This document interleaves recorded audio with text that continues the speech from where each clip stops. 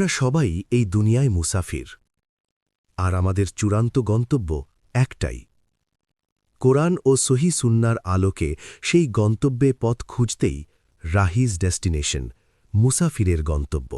যথাযোগ্যভাবে রমজানকে যদি আমরা কাটাতে চাই, এর সঠিক ব্যবহার যদি করতে চাই, যেই প্রস্তুতিগুলো লাগবে 11টি প্রস্তুতি, যেগুলো আমাদের রমজানকে সার্থক করতে পারে ইনশাআল্লাহ, তার মধ্যে সর্বপ্রথম যে প্রস্তুতিটি দরকার সেটি হলো রমজান মাস শুরু হওয়ার আগে থেকেই তওবা এবং ইস্তেগফার করতে হবে। কি করতে হবে ভাই? তওবা ইস্তেগফার কেন করবেন? তওবা ইস্তেগফার তো সারা বছরের রুটিন আমল।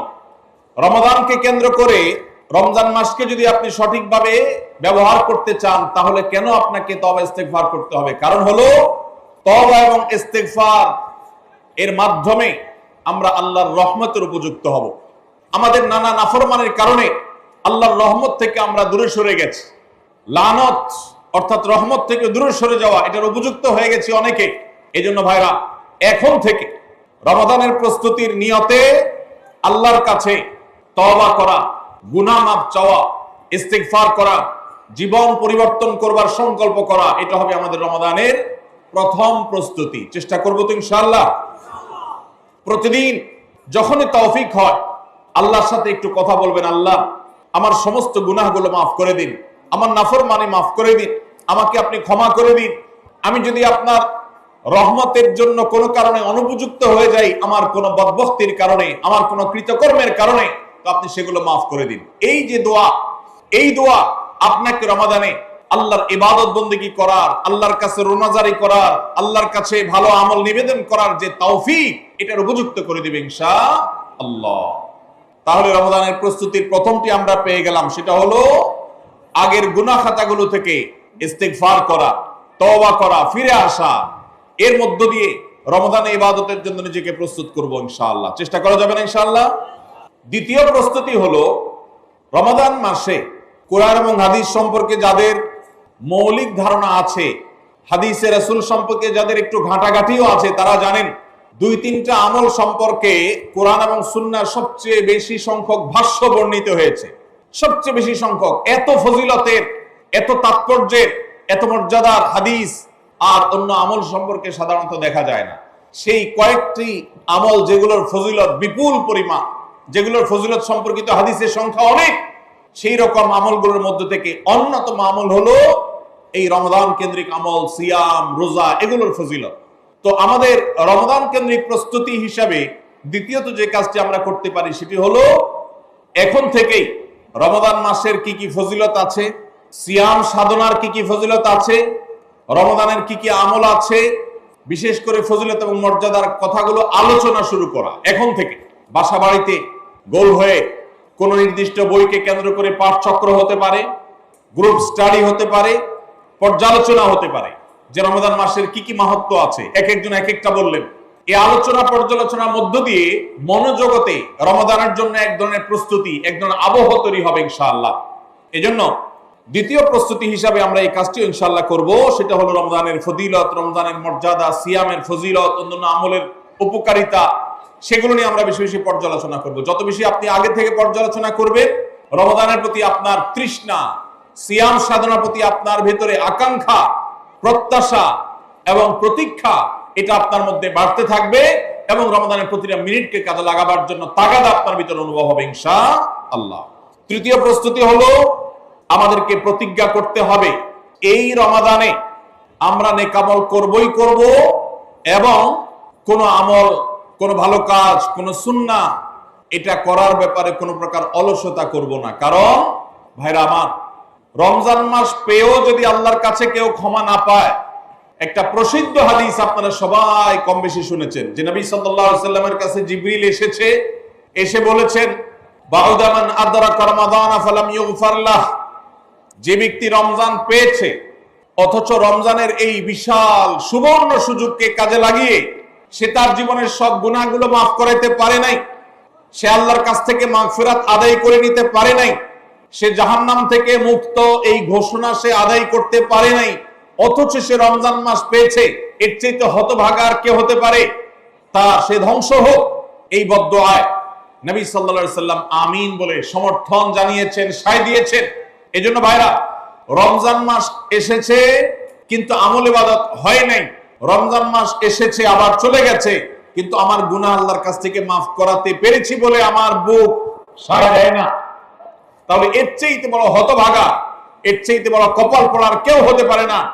রমজানের আমল ইবাদত, রমজানের নেক আমল, রমজানের দোয়া, রমজান মাসের চোখের পানি ফেলা, এটা ভাইরা শুধুমাত্র নিজের প্রেরণার জায়গা থেকে শুধুমাত্র সওয়াব আহরণের জন্যই নয়।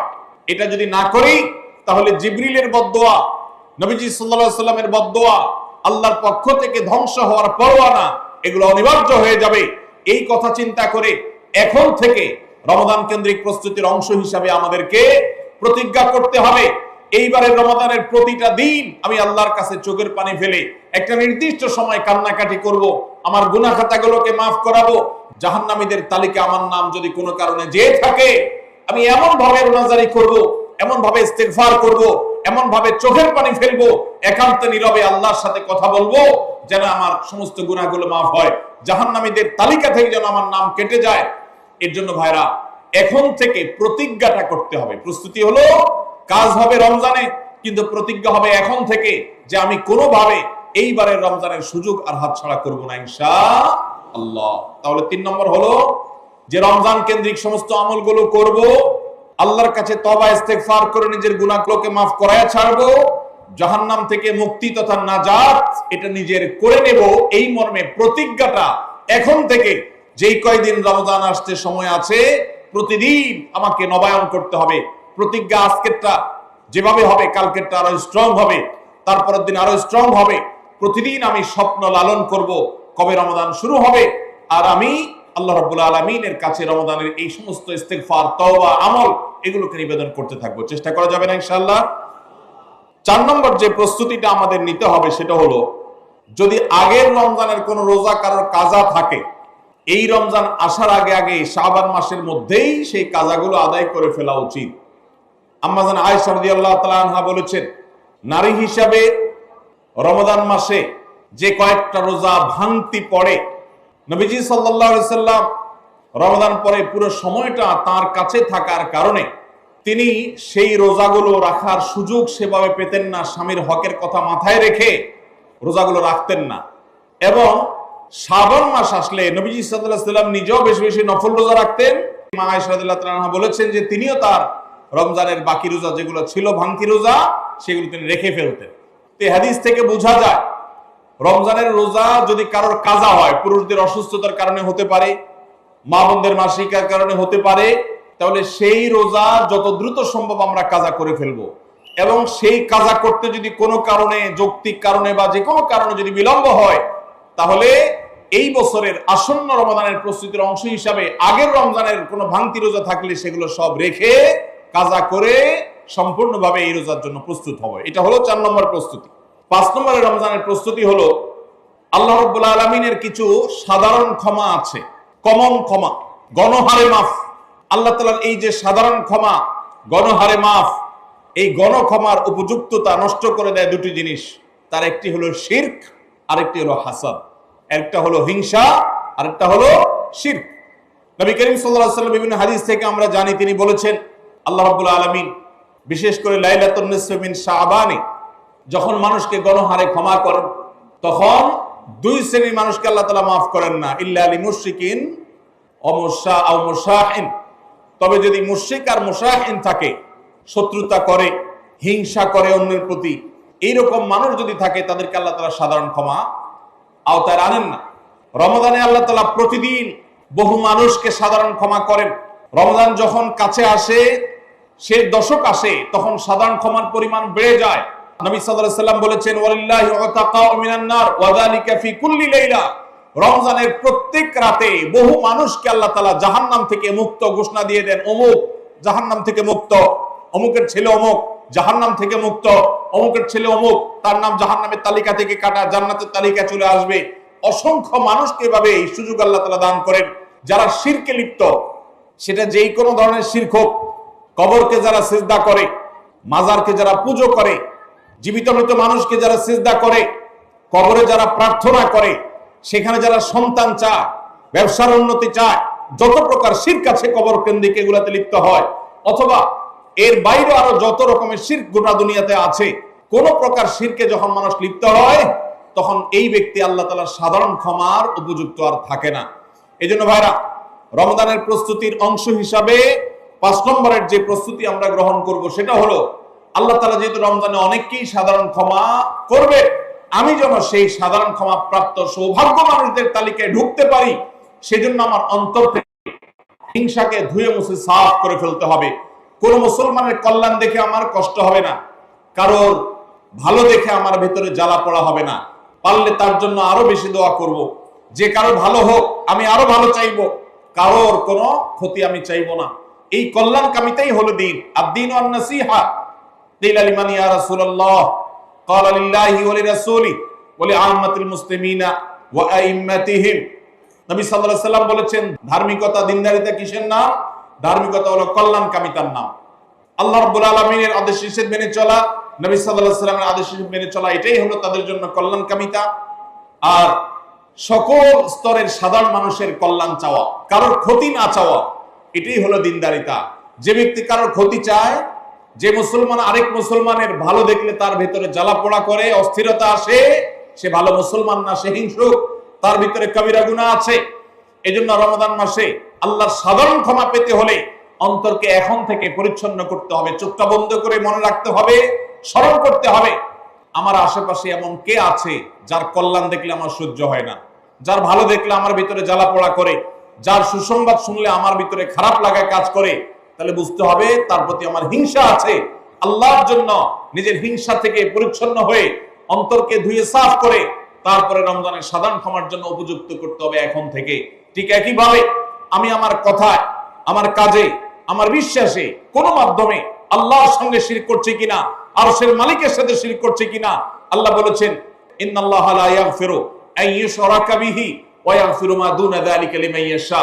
আল্লাহর সঙ্গে শিরক করা হলে এটা আল্লাহ মাফ করবেন না। শিরকের অপরাধ, এটা যদি কেউ করে তওবা ছাড়া মারা যায়, আল্লাহ তাআলা এই অপরাধ ক্ষমা করবেন না, এটা আল্লাহ আগে থেকে দেওয়া ঘোষণা। কোরআনে আল্লাহ আরো বলেছেন, লোকমান হাকিমের উদ্ধৃতি দিয়ে, ইন্না শিরকা লা যুলমুন আযীম, তিনি তার সন্তানকে উপদেশ দিতে গিয়ে বলেছিলেন যে ইন্না শিরকা লা যুলমুন আযীম, শিরক সবচেয়ে বড় অপরাধ। এজন্য ভাইরা, শিরক থেকে পরিচ্ছন্ন না থাকলে রমাদানের কোন ইবাদত, কোন আমল আমাদের কাজে আসবে না। এজন্য রমজানের প্রস্তুতি হিসেবে শিরক এবং হিংসা থেকে অন্তরকে পরিচ্ছন্ন করা, পবিত্র করা, এটা হলো আমাদের পঞ্চম প্রস্তুতি। নাম্বার 6, বিগত রমজান যেগুলো আমাদের জীবনে এসেছে, সেই সমস্ত রমাদানে কেন আমার আমল ইবাদত হয় নাই? রমজান আসার আগে নিয়ত করছি কোরআনটা খতম দিব, কিন্তু দিতে পারি নাই। রমজান আসার আগে নিয়ত করেছিলাম এই বছর একটা তারাবিও মিস করব না, কিন্তু অনেকগুলো মিস হয়ে গেছে। রমজান আসার আগে নিয়ত করেছিলাম এই বছর রমজান থেকে ধূমপান করা ছেড়ে দিব, কিন্তু অনেকে ছাড়তে পারেন নাই। রমজান আসার আগে নিয়ত ছিল এই বছর রমজানে একটা খারাপ জিনিস মোবাইলে, টিভিতে দেখবো না, কিন্তু সেই প্রতিশ্রুতি রাখতে পারি নাই। কেন পারি না? বিগত রমজানের সমস্ত আমলনামা নিয়ে বসতে হবে এখন থেকে, শাবান থেকে, আজকে থেকেই, যে আমার গত রমজানে আমল ইবাদতের ক্ষেত্রে প্রতিবন্ধকতা, বাধাগুলো কি কি ছিল, একটা একটা করে সম্ভব হলে লিখে ফেলবেন। নাম্বার 1, আমি তারাবিটা নিয়মিত পড়তে পারি নাই, কারণ অমুক অমুক বন্ধুর সাথে আড্ডায় যেতে হয়েছে, তাহলে এটা আমার একটা বাধা। আমি হারাম জিনিস থেকে বেঁচে থাকবো, কিন্তু পারি নাই, কেন? কারণ ফেসবুকে ঢুকছে একটা কাজে, সেখান থেকে আমার আরো 5টা অকাজ করা লাগছে, তাহলে এটা আরেকটা কারণ, ফেসবুক।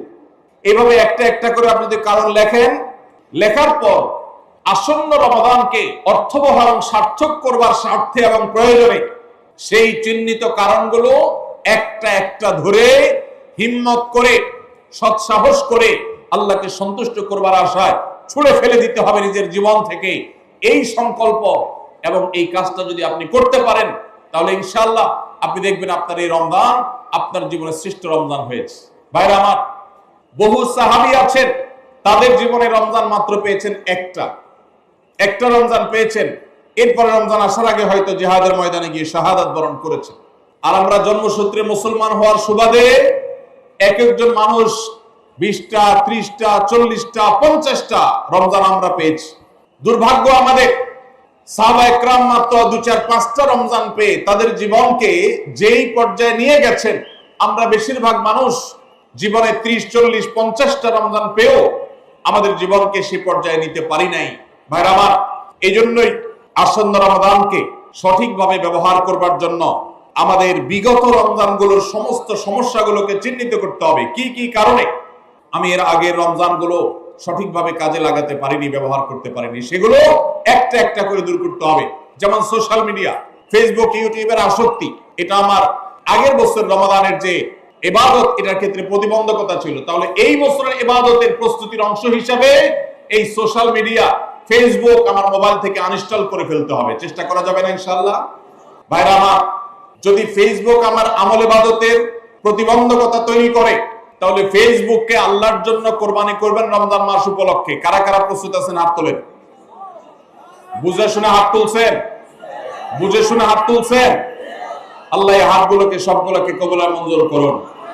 যুবক ভাইরা, আপনারা ফেসবুক মোবাইল থেকে আনইনস্টল করার নিয়ত করছেন, এটার মানে কিন্তু আপনারা এক একজন আল্লাহর রাহে কোরবানি হওয়ার নিয়ত করছেন। প্রস্তুত আছেন তো ইনশাআল্লাহ? নিজেদের কোরবানি করার জন্য প্রস্তুত আছেন তো ইনশাআল্লাহ? আল্লাহ তাআলা আমাদেরকে তৌফিক দান করুন। ভাইরা আমার, রমাদানের 6 নম্বর প্রস্তুতির অংশ হিসেবে যে কাজটি করতে হবে বলছিলাম, সেটা হলো আমাদের সমস্যাগুলো কি কি হয়েছে সেগুলো চিহ্নিত করে সেগুলো দূর করতে হবে। আর 7 নম্বর প্রস্তুতির অংশ হিসেবে আমরা যেটি করব সেটা হলো রমাদান কেন্দ্রিক সমস্ত আহকাম এবং মাসাইল, বিধিবিধানগুলো আমাদের শিখে ফেলতে হবে। এটা রমজানের প্রস্তুতি। আমাদের দেশে অনেক মসজিদে ইমাম সাহেবরা তালিম করেন রোজা ভঙ্গের কারণ কি, রোজা মাকরুহ হওয়ার কারণ কি, রোজার জন্য ক্ষতিকর বিষয়গুলো কি কি, এগুলো রমজান মাসে বিভিন্ন নামাজের পরে তালিম করেন। এটা একটা ভালো চেষ্টা, কিন্তু এই কাজটা যদি আমরা শাবান মাস থেকে নিজস্ব উদ্যোগে করি সেটা হবে আরো ভালো চেষ্টা। কথা কি বুঝে আসছে ভাই? তাহলে রমজান আসার আগে থেকেই আমরা মাসাইলের তালিম, মাসাইলের শিক্ষা, জ্ঞান অর্জন, রমজানের বিধিবিধানগুলো আমরা জানার চেষ্টা করবো। এটা হবে পার্ট অফ প্রিপারেশন ফর রমাদান। রমজানের জন্য প্রস্তুতির অংশ হিসাবে আমাদের এখন থেকে রমজান এবং সিয়ামের মাসাইলগুলো জানতে হবে। আল্লাহ আমাদের সবাইকে আমলের তৌফিক দান করুন। 8 নম্বর হলো রমজানে যে আমলগুলো করবেন এখন থেকে সেগুলোর ওয়ার্ম আপ এবং রিহার্সাল শুরু করে দিবেন, প্রস্তুতি শুরু করে দিবেন, চর্চা শুরু করে দিবেন। কারণ মানুষ দাঁড়ানো অবস্থায় হঠাৎ করে জোরে দৌড় দিতে পারে না। একটা গাড়ি সেটা দাঁড়ানো অবস্থায় হঠাৎ করে 100, 150, 110, 20 গতিতে চলতে পারে না। প্রথম 10, 20 হয়, এরপরে 40, 60 হয়, এরপর আস্তে আস্তে 100 বা 110, 20 হয়। এই জন্য রমজান মাসে যদি আপনি বিপুল পরিমাণে ইবাদত করতে চান, অনেকে আছেন অপেক্ষা থাকেন রমজানের চাঁদ উঠলে সব শুরু করব। এদের দ্বারা জীবনে কিছুই হয় না। যারা আসলেই রমজানে কিছু করতে চায় তারা এখন থেকে শুরু করবে। রমজানে আমরা রোজা রাখবো, নবী সাল্লাল্লাহু আলাইহি ওয়াসাল্লাম শাবান থেকে নফল রোজা রাখার অভ্যাস শুরু করতেন। রমজানে আমরা দোয়া করব, এখন থেকে দোয়ার রিহার্সাল শুরু করা, প্রস্তুতি শুরু করা। যে কোনো গুরুত্বপূর্ণ কাজের আগে মহড়া শুরু হয়, তারপরে মূল কাজ শুরু হয়। এজন্য শাবান মাস থেকে আমাদের প্রস্তুতি চলতে হবে। চেষ্টা করা যাবে না ইনশাআল্লাহ? তাহলে 8 নম্বরের প্রস্তুতি হলো যেই আমলগুলো রমজানে করব সেগুলোর রিহার্সাল, সেগুলোর প্রস্তুতি, ওয়ার্ম আপ এখন থেকে শুরু হবে। নাম্বার 9, রমজান মাসের দিন এবং রাত যেভাবে কাটাবেন তার জন্য একটা প্ল্যান করে ফেলবেন। সুন্দর করে একটা স্কেডিউল করে ফেলবেন, রুটিন করে ফেলবেন যে আমি কোরআন তেলাওয়াতটা কোন সময় করব। দিনের কোন সময়টাতে আমি কোরআন তেলাওয়াতের জন্য টাইম বরাদ্দ রাখলে সেটা মিস হবে না। হতে পারে ঘুমানোর আগে, হতে পারে ফজরের পরে। কোন টাইমটা আমার সবচেয়ে কোরআন তেলাওয়াতের জন্য নিরাপদ টাইম সেটা আমি ফিক্স করব। এই ঠিক একইভাবে আমি আল্লাহর কাছে রোনাজারের জন্য ভালো সময় কোনটা সেটা ঠিক করব। রমাদানকে অর্থবহ করবার জন্য আপনার প্ল্যান করতে হবে আগে থেকে, সেটা এখন থেকেই, যে আপনি কখন কোন কাজটা করবেন, কোন আমলটা করবেন, কোন ভালো কাজটা করবেন। এগুলো যদি আগে থেকে প্ল্যান হয় দেখবেন কাজটা করা সহজ হয়েছে। নাম্বার 10, রমাদানের প্রস্তুতির অংশ হিসাবে চাঁদ দেখার চেষ্টা করতে হবে। চাঁদ দেখা, আজকাল চাঁদ দেখার আমলটা বিলুপ্ত হয়ে গেছে, অনেকটাই হারিয়ে যাচ্ছে। চাঁদ দেখা কমিটি ছাড়া সাধারণ মানুষ চাঁদ দেখতে আমরা ভুলে গেছি। আমরা চাঁদ দেখি কিন্তু ফেসবুকে, আকাশে না। চাঁদ কি ফেসবুকে দেখবেন না আকাশে দেখবেন? নবীজি বলেছেন সুমু লিরুইয়াতিহি ওয়া আফতিরু লিরুইয়াতিহি, তোমরা রোজা রাখো চাঁদ দেখে, আবার ঈদও করো চাঁদ দেখে। এইজন্য 29শে শাবান পশ্চিম আকাশে চাঁদ খোঁজার চেষ্টা করবেন সন্ধ্যার সময়। চেষ্টা করবেন না ইনশাআল্লাহ? চেষ্টা করে যদি চাঁদ দেখতে নাও পারেন তারপর আপনি সওয়াব পাবেন। আর যদি চাঁদ দেখেন তাহলে দোয়া করবেন আল্লাহুম্মা আহিল্লাহু আলাইনা বিল ইয়ুমনি ওয়াল ঈমান ওয়াস সালামাতি ওয়াল ইসলাম রাব্বি ওয়া রাব্বুকাল্লাহ। হে আল্লাহ, এই চাঁদকে আপনি বরকত এবং ঈমান দিয়ে আমার জন্য পরিপূর্ণ করে দিন। এই মাস আমার জন্য নিরাপদ এবং ইসলাম দিয়ে পরিপূর্ণ করে দিন। হে চাঁদ, তোমার আর আমার পালনকর্তা একজন আল্লাহ। অতএব এই চাঁদ দেখার চেষ্টা করব। এটাও রমাদানের প্রিপারেশন, রমাদানের প্রস্তুতির অংশ। 11 নম্বর হলো আল্লাহর কাছে ভাই চোখের পানি ফেলে এখন থেকে দোয়া করব, আল্লাহ এই যে রমজান আসছে এটা যেন আমার জন্য লাইফ চেঞ্জিং হয়, এটা যেন আমার জীবন পরিবর্তনকারী হয়, এটা যেন আমাকে মুত্তাকি বানিয়ে ছাড়ে, এটা যেন আমাকে নেকামল ওয়ালা বানিয়ে দেয়, এটা যেন আমার জীবনে বিশাল বড় অ্যাচিভমেন্ট এনে দেয়, এটা যেন আমাকে মাগফিরাত পাইয়ে দেয়, এটা যেন আমাকে নাজাত পাইয়ে দেয়, এটা যেন আমাকে জান্নাতের উপযুক্ত করে। এই রমজান যেন আমাকে জাহান্নামীদের তালিকা থেকে আমার নামকে কাটানোর নিশ্চয়তা এনে দেয়। সেইভাবে রমজানকে কাটাবার জন্য আপনি তৌফিক দান করুন।